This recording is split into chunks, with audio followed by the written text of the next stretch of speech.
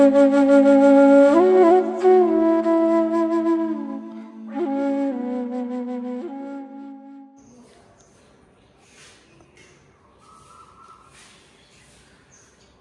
लग रहा है मैं गांव में हूँ।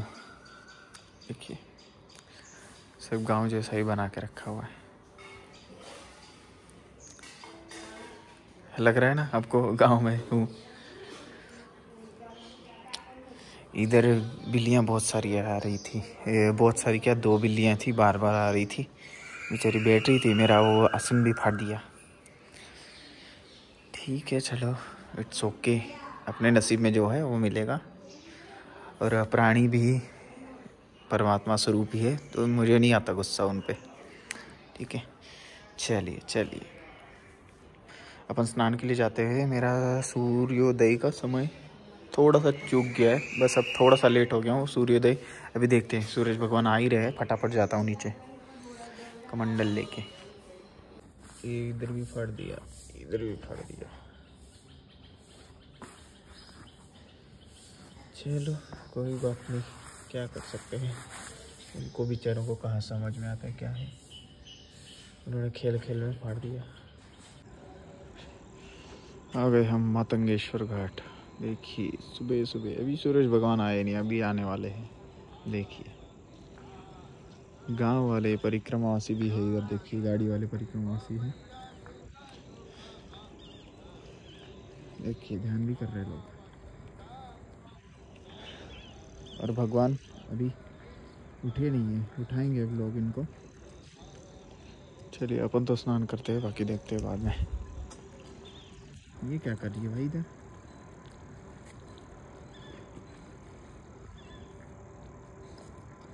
देख रही है मेरी तरफ ही। बहुत सारे लोग कहते हैं सुकून नहीं मिलता, शांति नहीं मिलती जीवन में, शांत जीवन नहीं है, बहुत टेंशन है।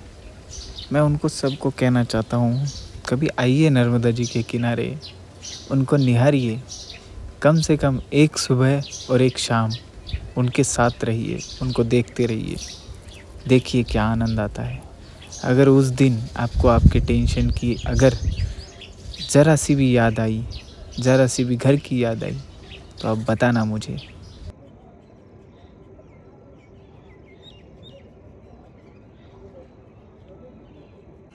चलो, अब मैं स्नान करता हूँ। बहुत सुंदर दृश्य और बहुत सुंदर फीलिंग अभी। महेश्वर की सुबह की सुंदरता उस शब्दों में तो मैं बता नहीं पाऊँगा, लेकिन बस दिखा सकता हूँ। दिखाने के लिए एक प्लेटफॉर्म है, इस वजह से दिखा सकता हूँ। नहीं तो वो नहीं होता तो ये सारी सुंदरता मैं अपनी आँखों में बसा के दिल में ही लेके रहता। कितना अच्छा है, कितना सुंदर है ये सब कुछ। और धन्यवाद है भगवान का, इतने सुंदर धरती पे हमें जन्म दिया, भारत धरती पे। भारत की ये सुंदरता सिर्फ भारत में मिलेगी आपको। और नर्मदा जी के किनारे मतलब स्वर्ग ही बसता है। और महेश्वर स्वर्ग में एक रहने वाला वैकुंठ अलग से, ऐसा ही महेश्वर। सुबह और शाम ज़रूर एक बिताइए आप महेश्वर में, बहुत सुंदर एक्सपीरियंस रहेगा। आप हमेशा के लिए याद रखोगे उस शाम और सुबह को। नर्मदे हर। आइए, पहले आपको सिद्धेश्वर जी के दर्शन कराते हैं। ये रहे सिद्धेश्वर जी, प्राचीन मंदिर है। माता अहिल्या के समय का मंदिर और शिवलिंग भी तभी का। देखिए, सुंदर है ये मूर्ति। देखिए आप, ये गौ पे बैठी हुई मूर्ति है। और मुझे थोड़ा पहचानना पड़ेगा कि ये किसकी है, गौ या बैल, बताइए। और एक हाथ में परशु है, दूसरे हाथ में कुछ पता नहीं लग रहा क्या है। और मुद्रा में है इनके हाथ। इनकी फ़ोटो खींच के इनके बारे में रिसर्च करनी पड़ेगी। ठीक है, यहाँ पे तो नर्मदा जी है क्लियर। ठीक है, और शिवलिंग सिद्धेश्वर जी का। चलिए, हम जल चढ़ाते हैं और भगवान को प्रणाम करके ऊपर चलते हैं।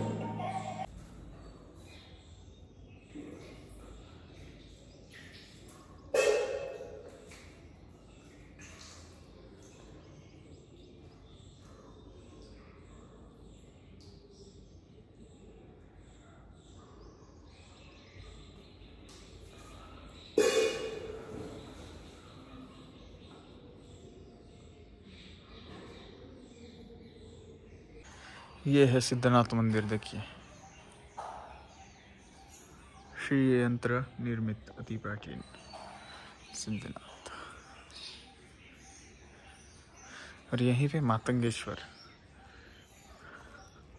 ऊपर है ऐसे। चलिए दिखाते हैं। और मातंगेश्वर जी की पूरी जानकारी आज तो दे ही देंगे आपको, कल नहीं दी थी ना, चलो आज देते हैं। मातंगेश्वर जी का मंदिर देखिए, ये ऐसा छोटा, यहाँ से भी मैया दिखती है, देखिए ये देखिए, इधर देखिए, हाँ ऊपर से भी दिखती है मैया। मैया और हम चाय बना रहे हैं और मेरा मसाला डाल दिया है चाय में।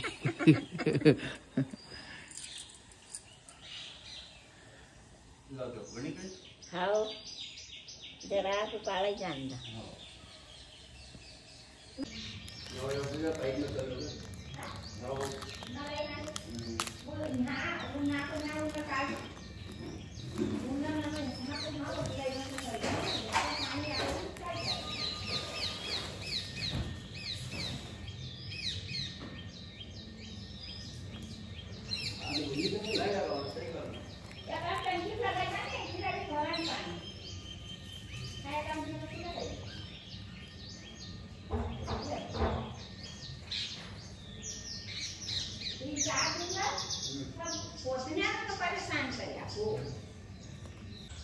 अब हम शुरुआत करते हैं महेश्वर के तीर्थ क्षेत्र और महेश्वर के बारे में जानकारी देने की, ठीक है।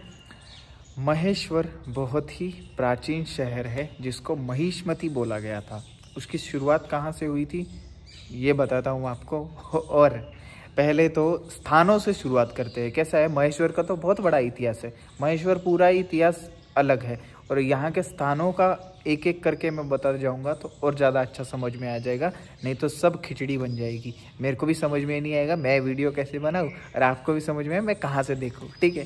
तो हम जहाँ पे है वहाँ से शुरुआत करते हैं। ये है मातंगेश्वर महादेव मंदिर, तो वहाँ से शुरुआत करते हैं।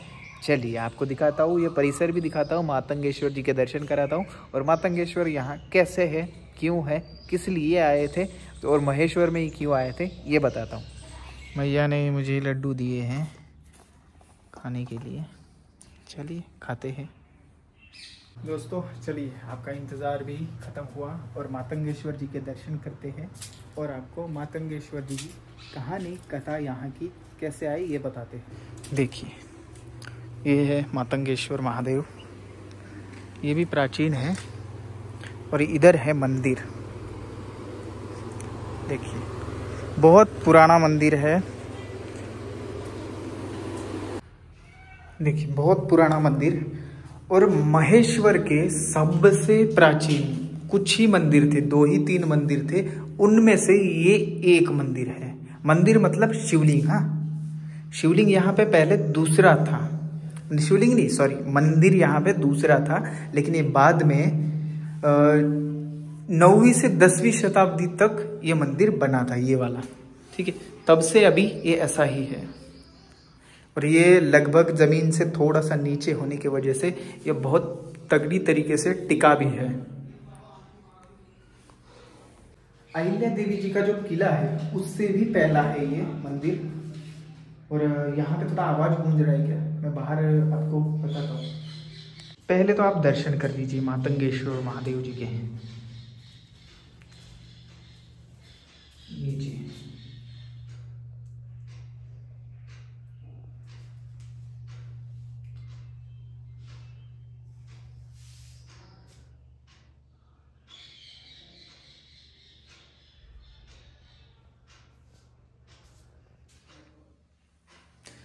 तो ये मातंगेश्वर महादेव मंदिर है, परमार शैली भी बोल सकते हैं इसको।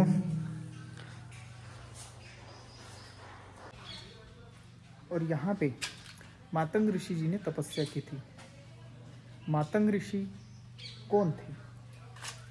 शबरी पता है आपको? शबरी जी जो राम जी के भक्त थे, शबरी के गुरु जी ऋष्यमुख पर्वत पे रहते थे। ऋष्यमुख पर्वत वही था जो बाली को आने से मना थी। बाली अगर ऋष्यमुख पर्वत पे जाता है तो उसकी मृत्यु हो सकती थी। तब सुग्रीव जी बाली से डर के वहीं पे रुके थे, ऋषिमुख पर्वत पे। शबरी अपने गुरु के साथ में रहते थे, शबरी जी।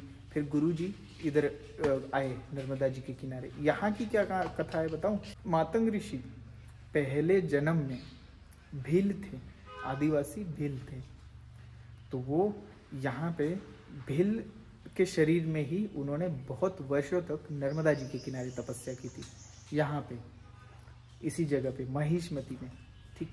फिर उसके बाद जब उनकी मृत्यु हुई, फिर आए वो घूमते फिरते यहाँ पे आए। जब उनकी चेतना जगी, भोलेनाथ जी की तपस्या की थी नर्मदा जी के किनारे, तब वो यहाँ पे आए। फिर उन्होंने यहाँ पे ये जो शिवलिंग है उन्हीं के हाथ का माना जाता है। तो ऐसा ये मातंगेश्वर का बहुत सुंदर मंदिर है। और मातंगेश्वर में बता दूँ, शबरी के साथ साथ यहाँ के जो राजा थे, सहस्त्रार्जुन राजा, कार्तिवीर्यार्जुन, उनके भी गुरु है मातंग ऋषि। तो ऐसा इनका, और बाली को भी श्राप दिया था इन्होंने। तो और इनको वरदान था, इनको बाद में मातंग से छंदोदेव बोला गया। छंदोदेव इसलिए बोला गया क्योंकि इनके बहुत सारे छंद विख्यात है। तो ऐसे ये ऋषि और ऐसी ये तपस्थली, जितना महेश्वर को ढूंढा जाए उसके हर मिट्टी के कण में मिलेगा कुछ ना कुछ तो स्टोरी और कुछ ना कुछ तो तथ्य मिलेगा महेश्वर के। इतना सारा है स्कंद पुराण में, वायु पुराण में, भगवत पुराण में और नर्मदा पुराण में, इतना बहुत कुछ है। और हर जगह की अलग तपस्या, अलग एनर्जी है। यही जगह देखिए बहुत इतनी पावन लगती है। और इसके साथ साथ मातंग ऋषि महादेव जी के साथ साथ और एक चीज़ यहाँ पे है, दिखाते हैं आपको। ये मातंगेश्वर महादेव जी का गर्भगृह के साथ सभागृह है, ठीक है। इसको बंद कर देते हैं, नहीं तो थोड़ा कुत्ते उत्ते आते हैं तो बढ़ जाते हैं। हाँ ठीक है।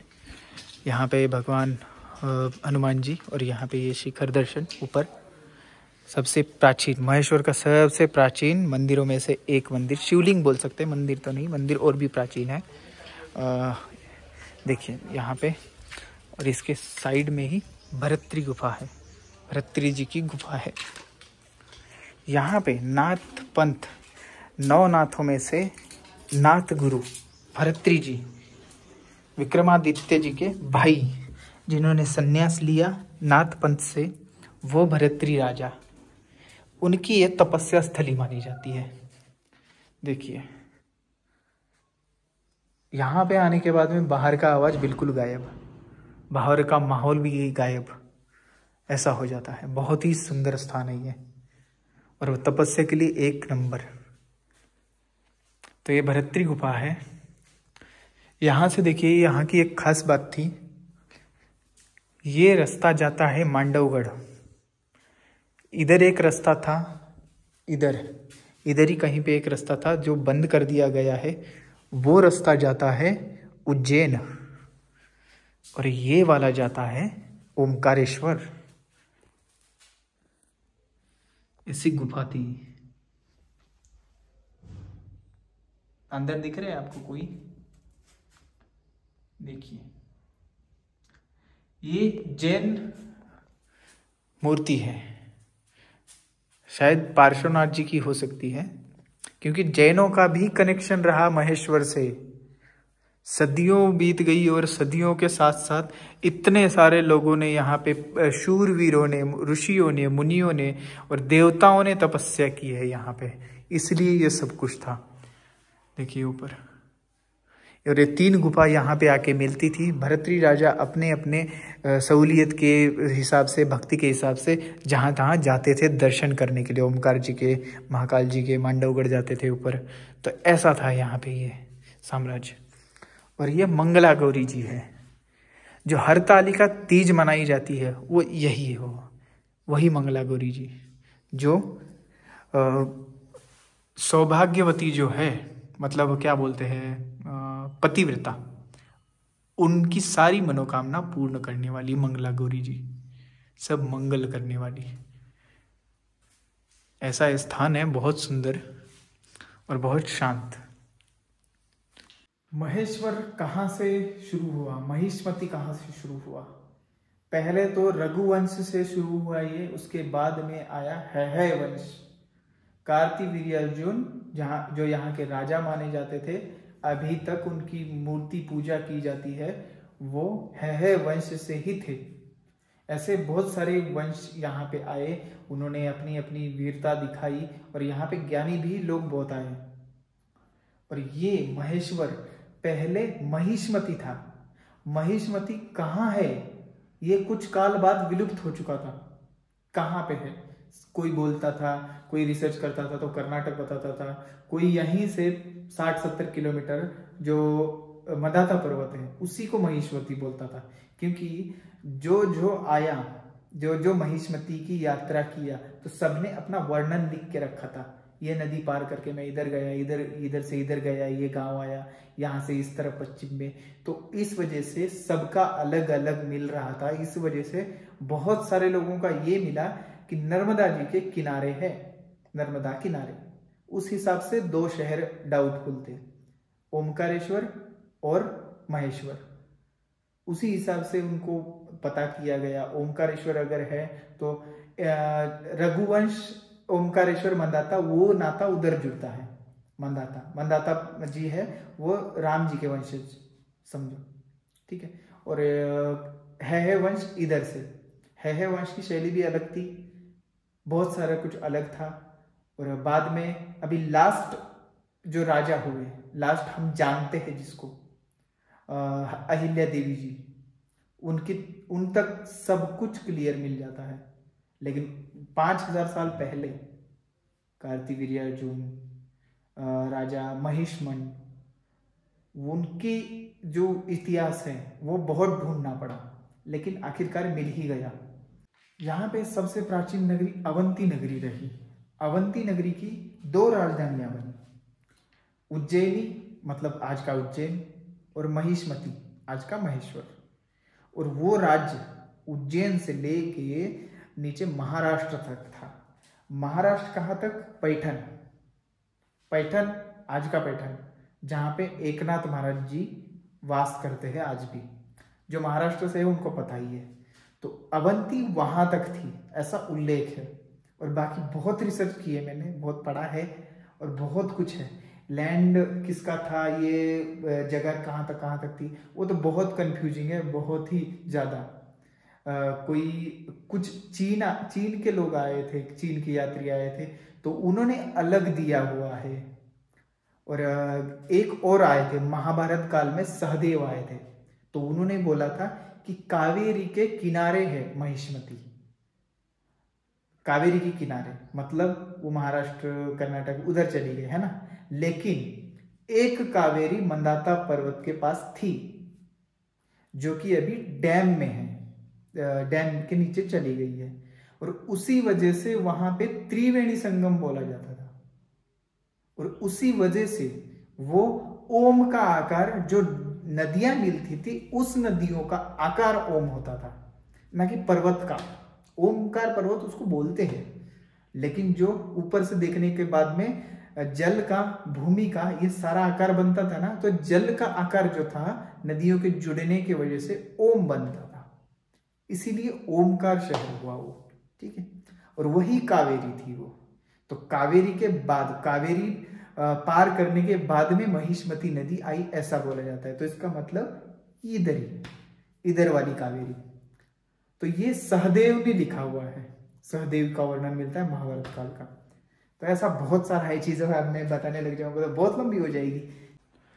भरतरी जी की गुफा होने की वजह से उनका वास्तव्य यहाँ था, उनका कुछ अंश यहाँ पे भी है, तो इसलिए सब लोग बोलेंगे आदेश आदेश आदेश, ठीक है। चलिए, माता मंगला गौरी जी की जय हो। माँ सदा ही कल्याण करे सबका। देखिए पुराने पिल्लर दिख रहे हैं, और जैसे कि तैसे अंदर सुरक्षित है, क्योंकि ये ज़मीन के नीचे है, इस वजह से सब गुफानुमा है, और गुफा ही थी पहले। चलिए अपन दूसरा परिसर दिखाते हैं।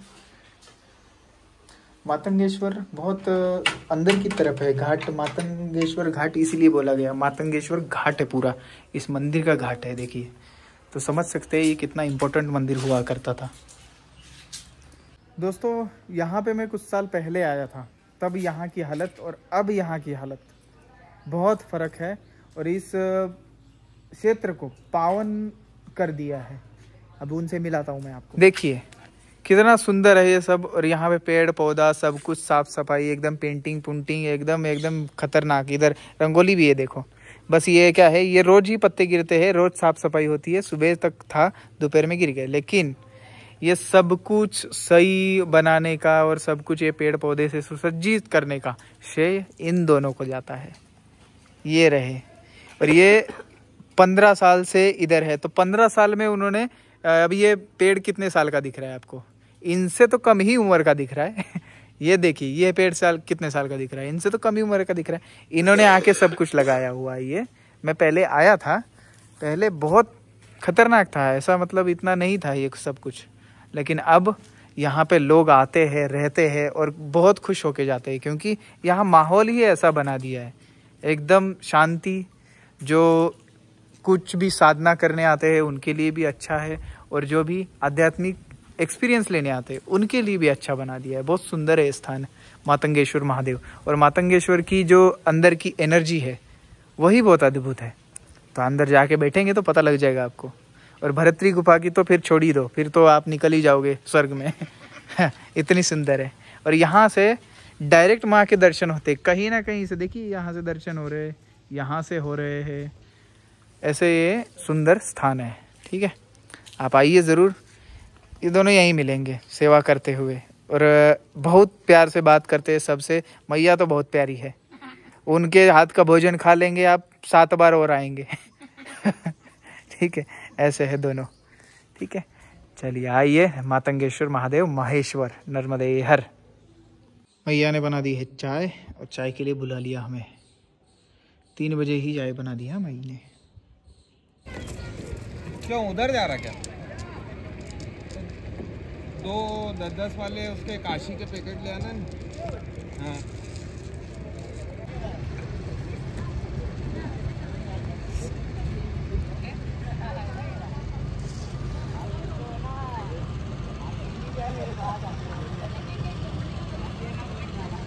मातंगेश्वर घाट पे है अभी हम। सूर्यदेव और माता नर्मदा जी का एक सुंदर नज़ारा देखिए आप। हम स्नान करके अभी बैठ गए थे आराम से मैया को देखते हुए, सूर्य भगवान को देखते हुए। यहाँ राफ्टिंग भी ट्रेनिंग होती है, सरकार के द्वारा है सारा। बाकी माँ नर्मदा जी सरकार के द्वारा है सारा कुछ वैसे तो। और ये मातंगेश्वर घाट। चलिए हम थोड़ी देर बैठ के देखते थे मैया को। अब स्वरूप उनका नीला होता जा रहा है धीरे धीरे, और भगवान देखिए कितने सुंदर दिख रहे हैं। तो ऐसा नज़ारा है जी। आइए कभी महेश्वर को दिल से देखिए, आंखों से तो सब लोग देखते हैं, कभी दिल से देखिए, आनंद आएगा आपको।